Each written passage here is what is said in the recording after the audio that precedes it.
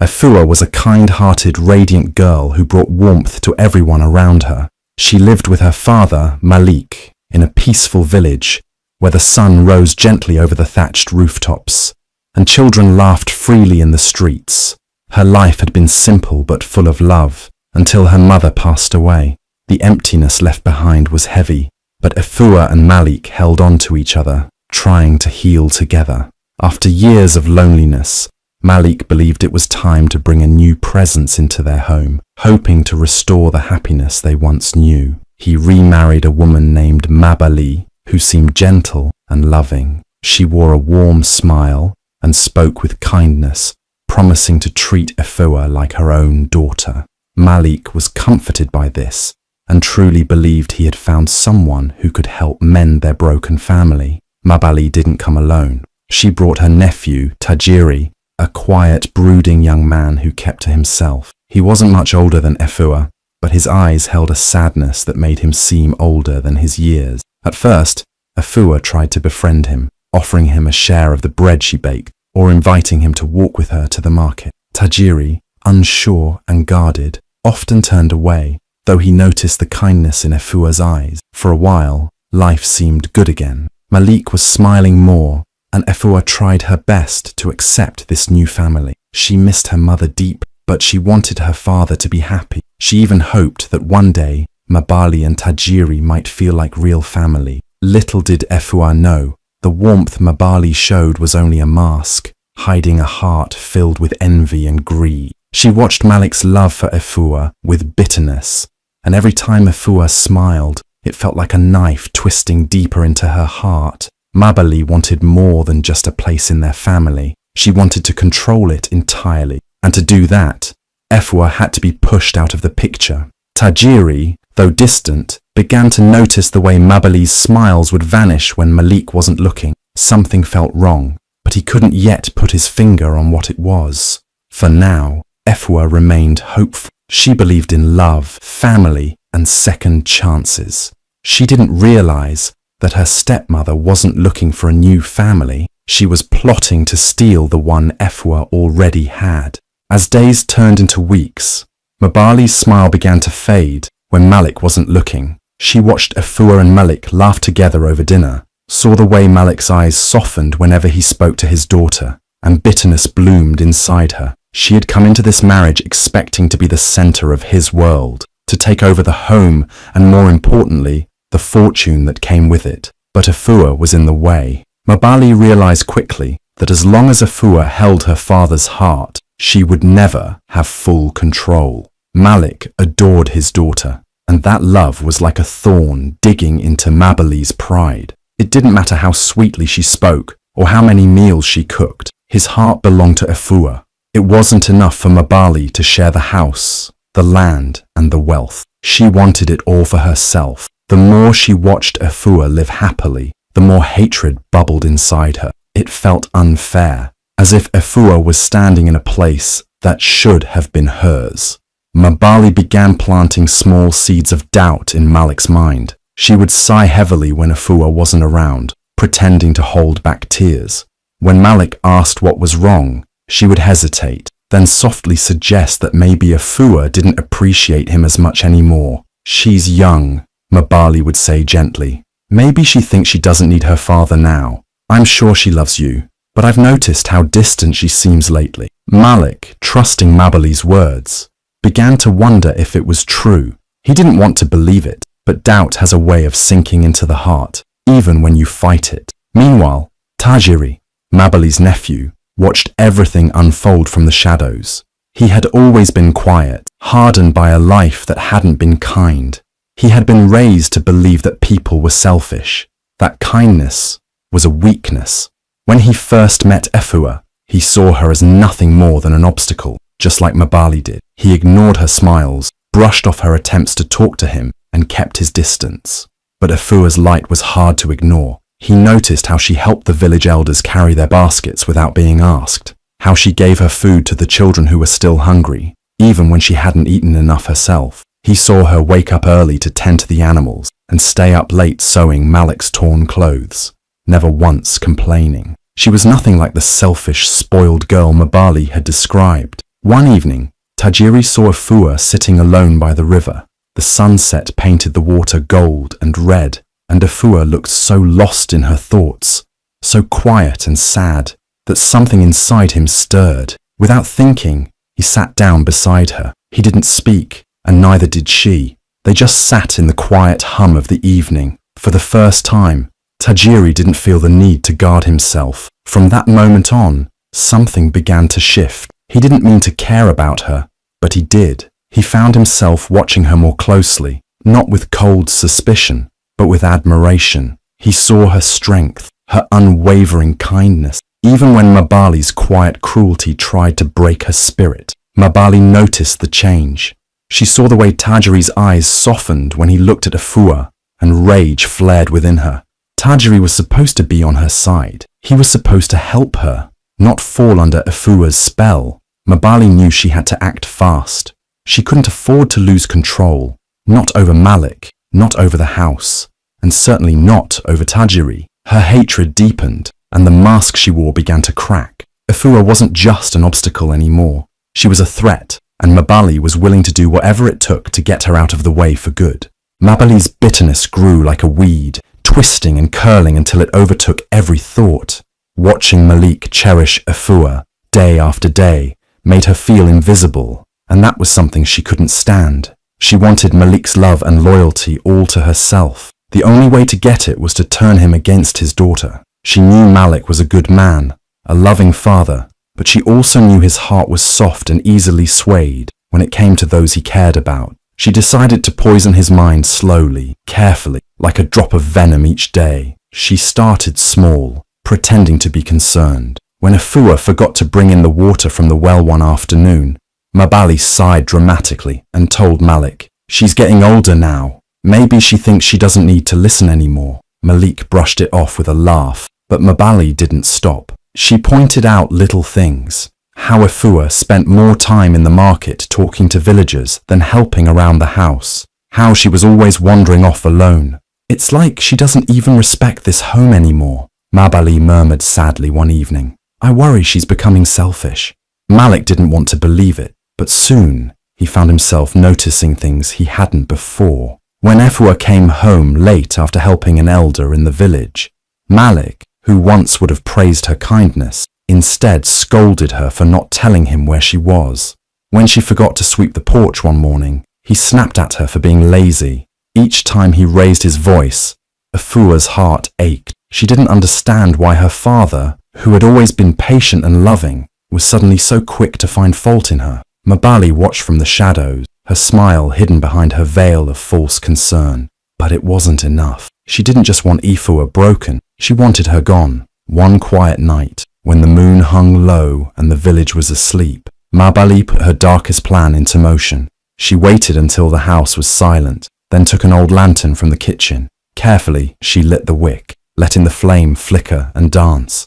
She walked down the hall, her steps light and deliberate, until she reached Afua's door. With a slow, deliberate motion, she set the lantern on a wooden stool near the curtains.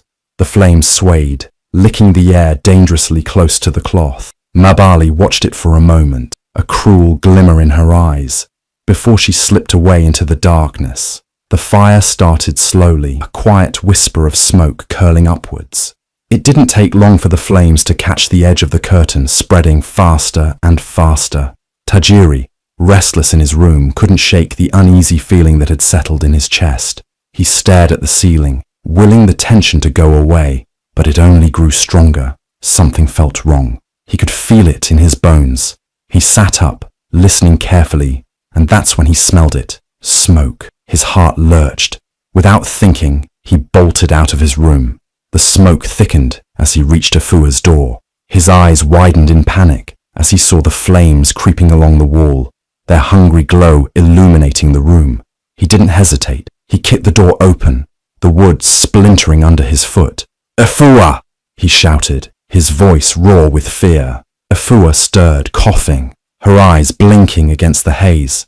She barely had time to understand what was happening before Tajiri was there, grabbing her hand and pulling her out of the room. The fire roared behind them, angry and unforgiving. He didn't stop until they were outside. The the cool night air hitting them like a wave.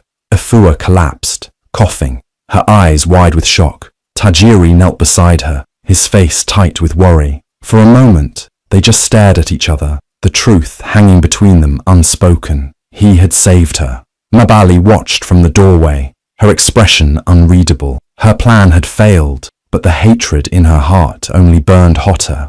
Mabali's failure only made her more dangerous. The fire at home didn't get rid of Afua, and worse, Tajiri had saved her. Mabali saw the way he looked at Afua now, protective, caring. It made her stomach twist with rage. Tajiri was supposed to be loyal to her, not the girl who stood in her way. Mabali knew she had to try something bigger, something that would not only ruin Afua's reputation, but turn the entire village against her. This time, Afua wouldn't escape so easily. Afua had been working hard to support her father. She made beautiful, delicate jewelry from beads, shells and metals she collected. Each piece was crafted with care, and the villagers loved her work. Her small stall at the market was always lively, with customers praising her skill and kindness. Malik was proud of her, though his heart had grown distant under Mabali's influence.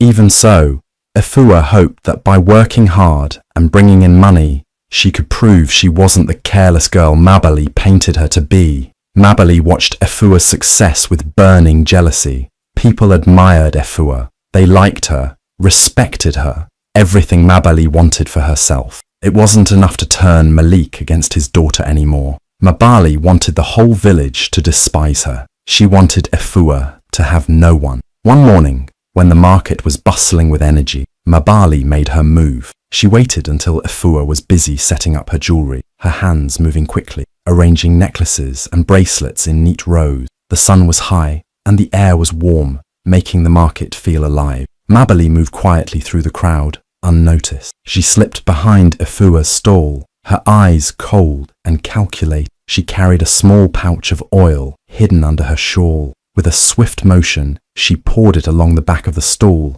letting the liquid seep into the wooden frame. Then, with a flick of her wrist, she dropped a small, burning piece of cloth onto the ground and disappeared into the crowd. It happened fast. Flames erupted, crackling and spreading like they were alive. People screamed and scattered as the fire grew. Afua turned, horror flooding her face as she saw her stall engulfed in flames. Her jewelry, weeks of hard work, melted and blackened before her eyes. The fire licked at nearby stalls, and panic swept through the market. Villagers shouted in anger and fear. "Who did this?" one man cried. Another pointed at Afua, his voice sharp and accusing. "It started at her stall. She must have been careless with her lantern." The whispers spread like the fire itself. People who once smiled at Afua now glared at her. "She's irresponsible. She could have burned down the whole market." Afua's heart pounded in her chest. Tears burned her eyes, but she couldn't speak. She felt frozen, trapped by the weight of their accusations. Mabali watched from a distance, a satisfied smirk tugging at her lips. Then Tajiri stepped forward. His voice rang out loud and clear, cutting through the chaos. "It wasn't her fault," he shouted, his eyes blazing. "I know Afua. She's careful and hard-working. She would never let this happen." The crowd hesitated, murmuring. Tajiri moved closer to Afua, standing by her side. "Someone did this to her," he said firmly. "I believe her." Mabali's smirk vanished, replaced by fury. Tajiri wasn't supposed to defend her. He was supposed to stay quiet, to let Afua crumble. Watching him stand by Afua, protect her in front of everyone, was more than Mabali could bear. That night, when they returned home, Mabali cornered Tajiri. Her voice was low, venomous. "You're making a mistake," she hissed. "Stay away from her. If you don't, you'll regret it." Tajiri didn't flinch. He met her glare head-on. "I'm not afraid of you," he said quietly. Mabali's eyes darkened. This wasn't over, not by a long shot. If Tajiri wouldn't turn against Afua willingly, Mabali would make sure he had no choice. In the days after the market fire, Afua felt the weight of the village's judgment. Though Tajiri's defense had stopped the worst of it, the whispers didn't fully fade. People still looked at her differently, and some avoided her altogether. But Tajiri's unwavering support gave her strength. Every time she felt like breaking down, his presence reminded her she wasn't alone. Tajiri was different now, softer when he spoke to her, lingering longer whenever they crossed paths.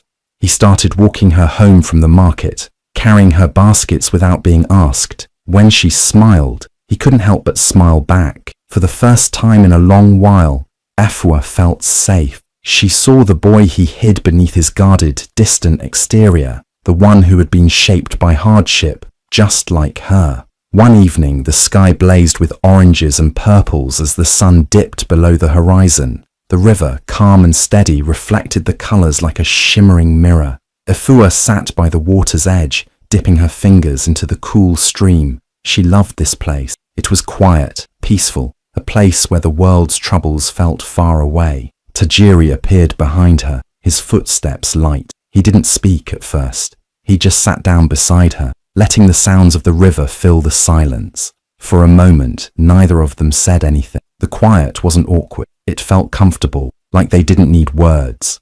"I never thought I'd meet someone like you," Tajiri finally said, his voice low and steady. Afua turned to him, surprised by the softness in his eyes. "Someone like me?" she asked gently. He nodded, a small smile tugging at his lips. "Someone who still believes in kindness. Even when the world isn't kind back, you never stop caring, even after everything." He paused, taking a shaky breath. "I've tried to keep my heart closed. I thought it was safer that way, but you make me want to believe in something again." Afua's heart raced, warmth spreading through her chest. She didn't know what to say. "I think I'm falling in love with you," Tajiri said, his voice barely above a whisper. For a moment, everything else disappeared. The village, the accusations, Mabali's cruelty, none of it mattered. Afua felt tears prick her eyes, but they weren't from sadness. She reached for his hand, her fingers curling around his. "I think I'm falling too," she whispered back. Their eyes met, and in that moment, it felt like the world finally made sense. But they weren't alone. Mabali watched from the shadows, hidden behind a tree. Her nails dug into her palms as she stared at them, her body trembling with rage. This wasn't supposed to happen. Tajiri was supposed to obey her, to side with her, not fall in love with the girl she wanted gone. Every time she thought she'd broken Afua, Tajiri pulled her back up again. Mabali's mind raced. She couldn't let this continue. If Afua and Tajiri stayed together, there was a chance Malik would start to see through her lies. There was a chance Afua would win, and Mabali couldn't allow that. She stepped back into the darkness, her heart pounding with fury. If Tajiri wouldn't turn against Afua willingly, she would make sure he had no choice. Her next move would be her most dangerous yet. This time, she wouldn't fail. Mabali's heart burned with hatred as she watched Afua and Tajiri grow closer. Every smile they shared, every soft glance, felt like a dagger twisting deeper into her. She had tried everything, turning Malik against Afua, nearly burning her alive, ruining her reputation in the village, yet nothing worked. Tajiri kept saving her, Afua kept surviving, but Mabali wasn't done. Not yet. This time, she would end it for good. Late one night, when the house was quiet and the moon hung heavy in the sky, Mabali crept into the kitchen. She worked carefully, mixing a bitter, sleeping herb into Malik's evening drink. It wasn't meant to harm him, not permanently anyway. It was just enough to fog his mind, make him weak and confused. When he drank it, his body sagged with exhaustion and his words slurred. He didn't question Mabali as she sat beside him, her voice low and soothing, dripping with false sorrow. "I'm worried about Afua," she began softly, stroking his arm like a loving wife. "She's been meeting with Tajiri in secret. I overheard them by the river." Her voice trembled, carefully pretending to hold back tears. "She's planning to leave with him, Malik. She wants to abandon you, abandon this family. She said you're too controlling, that she doesn't want this life anymore." Malik blinked sluggishly, his mind struggling to catch up with her words.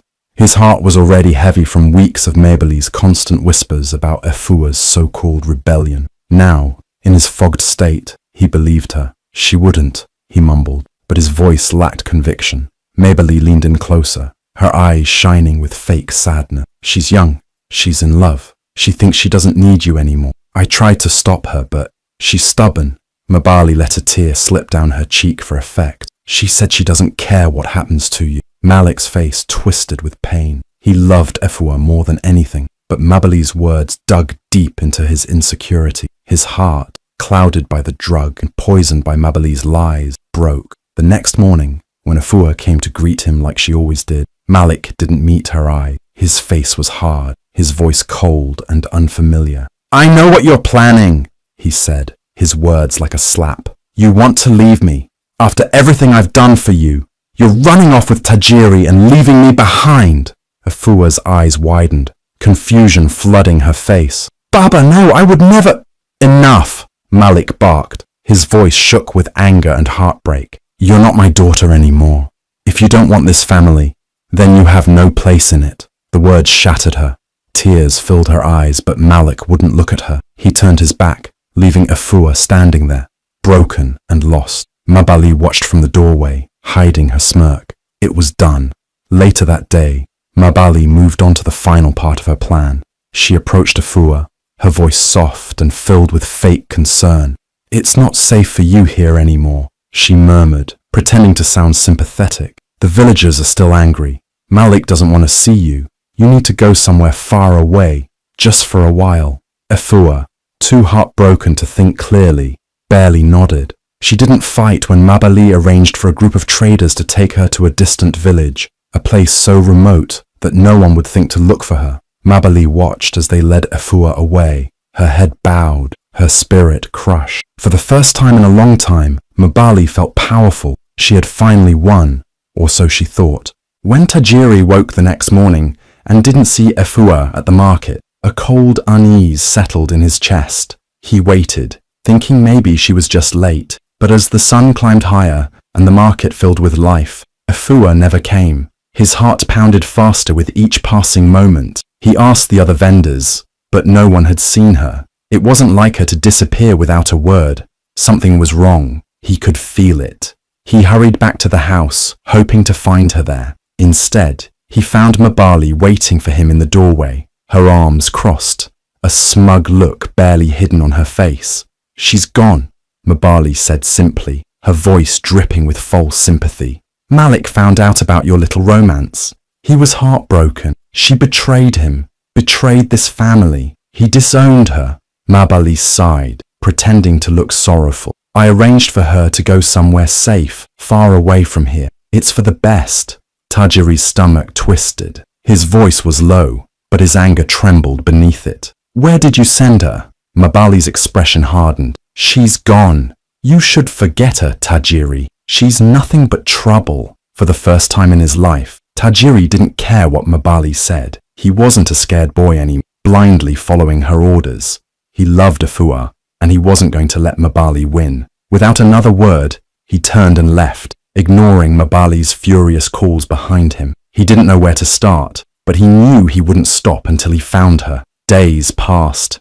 Tajiri searched every nearby village, asking travelers and merchants if they had seen a girl matching Efua's description. He followed rumors and whispers, traveling farther than he ever had before. Each night, he collapsed under the stars, exhausted and hopeless, but he never gave up. He couldn't. Finally, after nearly losing hope, he found a lead. A trader mentioned seeing a young girl matching Efua's description being taken toward a remote, dangerous area near the edge of the land, where the roads turned to rocky paths and the forests grew thick and unforgiving. Tajiri didn't hesitate. He followed the trail, his heart pounding harder with every step. The journey was brutal. The sun burned during the day, and the nights were freezing. His feet blistered, and his throat felt raw from thirst. But he didn't stop. After what felt like an eternity, he found her. Efua was huddled near a small, broken hut in the middle of nowhere. Her once bright eyes dulled with fear and exhaustion. Her clothes were torn, her skin pale, and her body looked weak, like she hadn't eaten in days. But she was alive. "Efua!" Tajiri's voice broke as he ran to her. Her head lifted slowly, disbelief flickering across her face. "Tajiri!" she whispered, her voice barely there. He dropped to his knees, pulling her into his arms. He held her tightly, as if afraid she'd disappear if he let go. "I found you," he breathed, his voice trembling. "I'll never let anyone take you away from me again. I promise." Efua's tears fell freely now, her body shaking against his. I thought I'd never see you again." Tajiri cupped her face gently, his thumb brushing away her tears. "You'll never be alone again, Afua. I swear it. I love you. I'll always love you." For the first time in days, Afua felt warmth flood her heart. She wasn't alone anymore. She was safe, and she was finally home. Tajiri and Afua made their way back to the village, their steps slow and heavy. Afua was weak, but with Tajiri by her side, she felt stronger than she had in days. The thought of seeing her father again filled her with fear. What if he still believed Mabali's lies? But Tajiri held her hand tightly, his grip warm and reassuring. When they finally reached the village, people stared in shock. Some gasped, others whispered to each other. They had all heard Mabali's version of the story, that Afua had run away, abandoning her father and the village. But now, seeing her tired and frail, they weren't so sure. Tajiri didn't stop. He led Afua straight to Malik, who was sitting near the market, his face worn with sadness. Mabali stood nearby, her usual smug look replaced with surprise and fear. Malik looked up and froze. His eyes widened in disbelief. "Afua," he whispered, his voice cracking. Afua's eyes filled with tears. "Baba," she breathed, her voice trembling. Before she could say more, Tajiri stepped forward. His voice was loud and clear, his anger barely contained. "Everyone needs to hear this," he shouted, drawing the villagers' attention. "Mabali lied. She lied to all of you. She lied to Malik. She tried to get Afua killed. More than once." Gasps rippled through the crowd. All eyes turned to Mabali. "She started the fire at Afua's stall," Tajiri continued, his voice strong. "She made Malik believe Afua was a terrible daughter. She drugged him and convinced him Afua wanted to abandon him. And when that didn't work, she sent Afua away, hoping no one would ever find her again." The crowd murmured louder now, the whispers turning into angry shouts. Malik looked at Mabali, his face pale. "Is this true?" he asked, his voice shaking. Mabali's eyes darted around, desperate to regain control. She forced a tearful, broken expression. "Malik, please. He's lying. Afua twisted him against me. I only ever tried to protect this family." She turned to the villagers, her voice rising. "I saved us from her. She wanted to run off with Tajiri and leave us all behind. I did what any good wife would do." Tajiri didn't flinch. "You're lying again. I found Afua starving in a remote village. You sent her there. You tried to destroy her." His voice shook with emotion. "And you tried to control me too. But I'm done listening to you, Mabali." The crowd's anger grew, voices rising. Malik stared at Mabali, his eyes filled with a mix of betrayal and heartbreak. He thought of all the times she had whispered in his ear, all the moments he had turned away from his daughter because of her poison. The truth was there now, too clear to ignore. "You lied to me," Malik said quietly, his voice low and trembling. "You made me believe my own daughter betrayed me, but it was you all along." His voice hardened. "You're the one who betrayed this family." Mabali's face twisted with panic. "No, Malik, I did it for you, for us. She was taking you away from me." Malik's expression darkened. "You were never protecting me. You were protecting yourself," the crowd murmured in agreement. The truth was out. Mabali couldn't manipulate anyone anymore. She looked around wildly, realizing there was no escape. The villagers glared at her with disgust.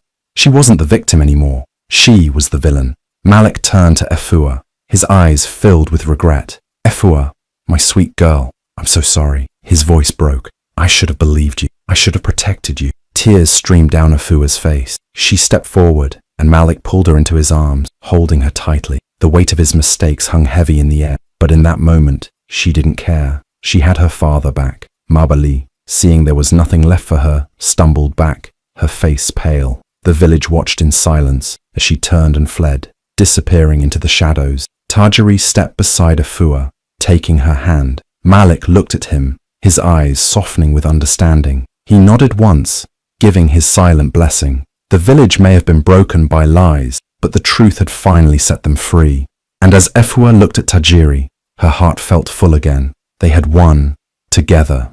The village was silent as the truth settled over everyone like a heavy fog. Mabali's lies, cruelty, and betrayal were finally exposed. The people who once believed her twisted stories now stared at her with disgust and anger. The whispers grew louder, turning into shouts of outrage.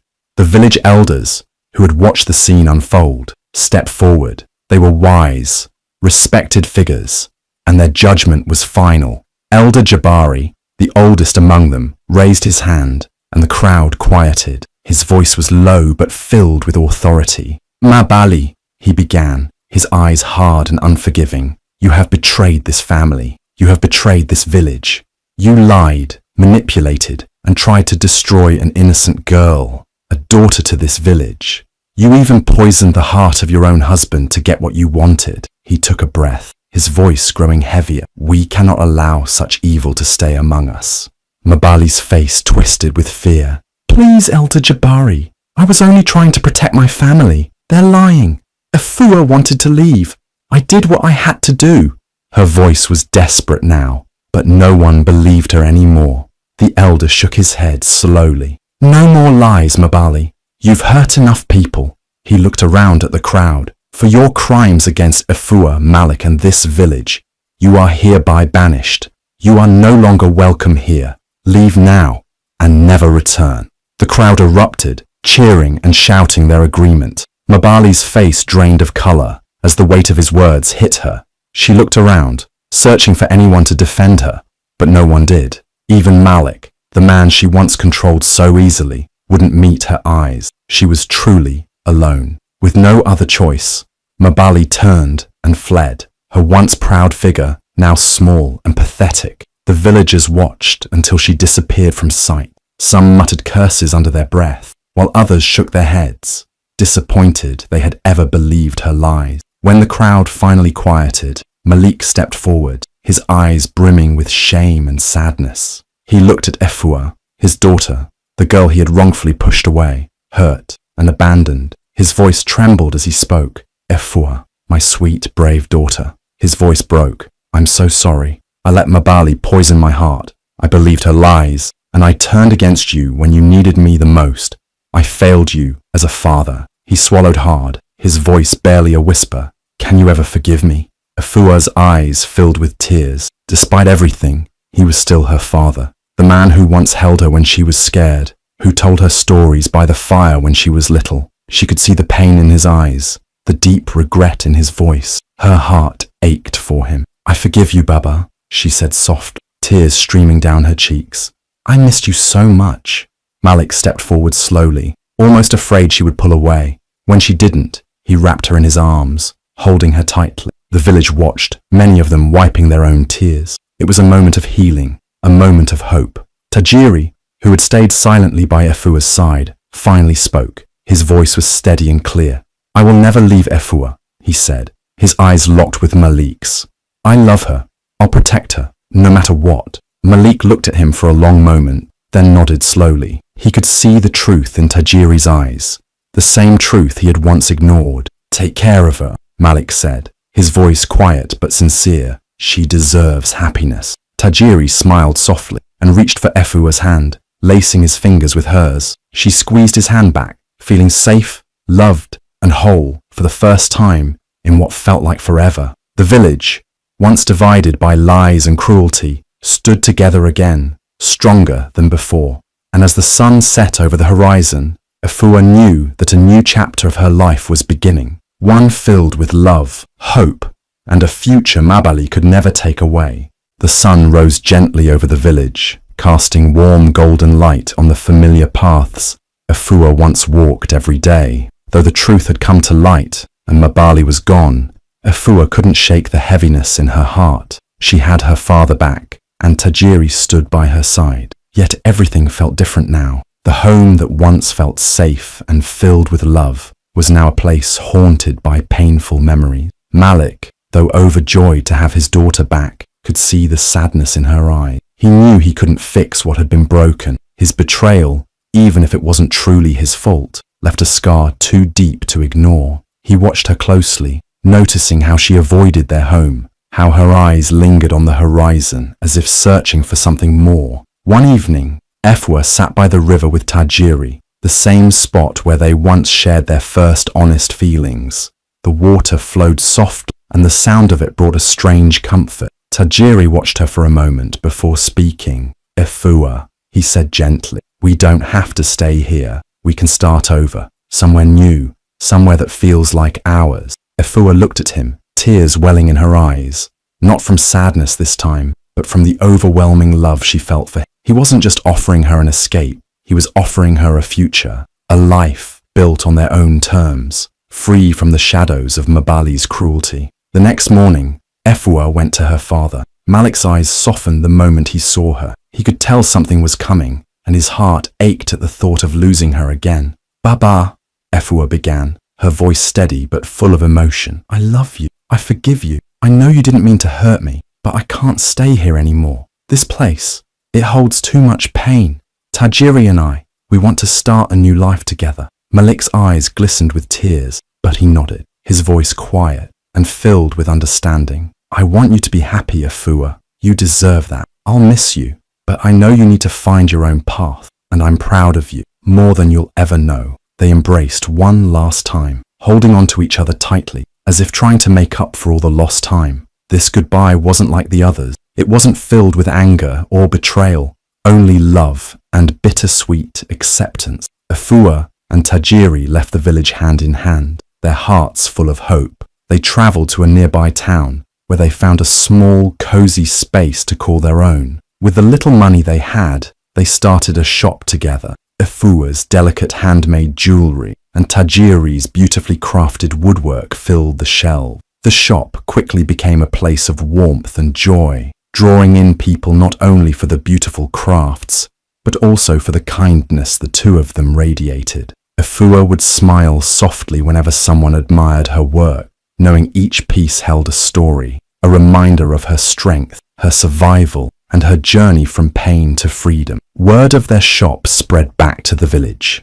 People admired how Efua turned her suffering into something beautiful. Malik visited often, his heart swelling with pride every time he saw his daughter laughing, her eyes finally shining with happiness again. Efua and Tajiri built more than a shop. They built a new life, a new home, and a new beginning, one rooted in love, resilience, and the unbreakable spirit that Mbali could never take from them. Though her heart would always hold a piece of her past, Efua knew she wasn't defined by it anymore. She had survived, she had loved, and now she was free.